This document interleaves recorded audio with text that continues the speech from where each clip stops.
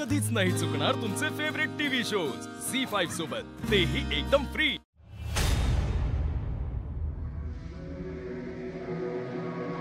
ही तुझी लेक म्हणजे माझी ज्येष्ठ कन्या देवस्तुतीचं स्वरूप आहे। ही देवस्तुती सदैव तुझ्या बरोबर असेल। कठीण प्रसंगात, संकट काळात सदैव तुझ्या पाठीशी उभी राहील, तुझ्या कुटुंबाच्या पाठीशी उभी राहील, तुमचं रक्षण करेल। देवी आई म्हणाली होती की तू देवस्तुती आईचं रूप आहे,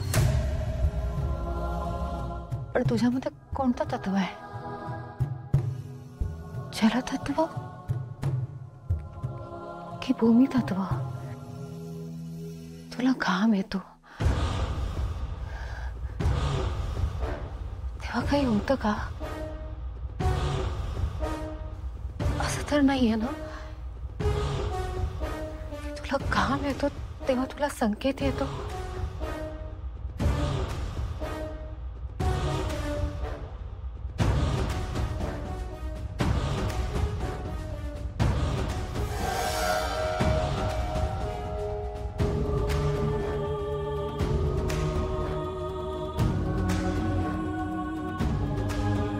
ईशा, तुला संकेत येतोय का बाळा? ईशाला काम येतो तेव्हा तिला संकेत येतो का हे ओळखायचं कसं?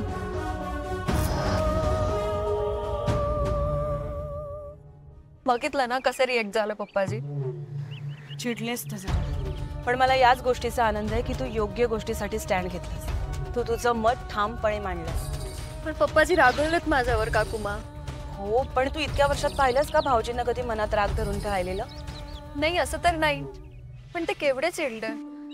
आधी बोललंय ना त्यांच्याशी, बघितलंस ना? काकुमा, मैथिली या घरात आली तेव्हाच घरात प्रॉब्लेम सुरू झाले। आता ती घरात नाहीये तरी पण तिच्यामुळे प्रॉब्लेम्स आहेत। हो ग, पण हे नेत्राला कळायला हवं ना। ती नाही ऐकणार। तेच तर, ती ऐकणार नाही ना, म्हणून असं वाटतं ना ती बाई कधी सापडूच नाही। आणि या सगळ्यामध्ये ना बिचाऱ्या आधीची कोंडी होते।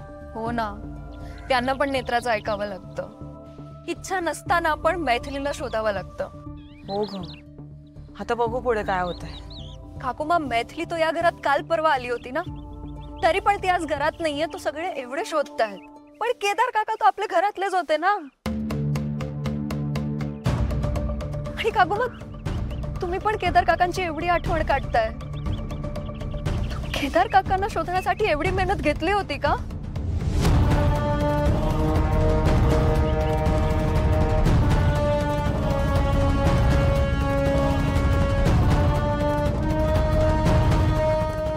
काकुमा,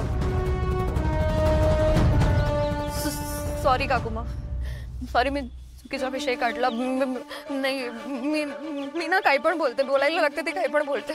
त्याचं बरं मी काही बोलूच नको ना। सॉरी सॉरी सॉरी काकू। तू का सॉरी बोलतेस? तू खरं बोललीस ना, तू नको सॉरी बोललीस। आणि अगदीच नाही शोधलं असं नाही, शोधलं ना, शोधलं केदारला काही दिवसांसाठी का असेना, पण शोधलं।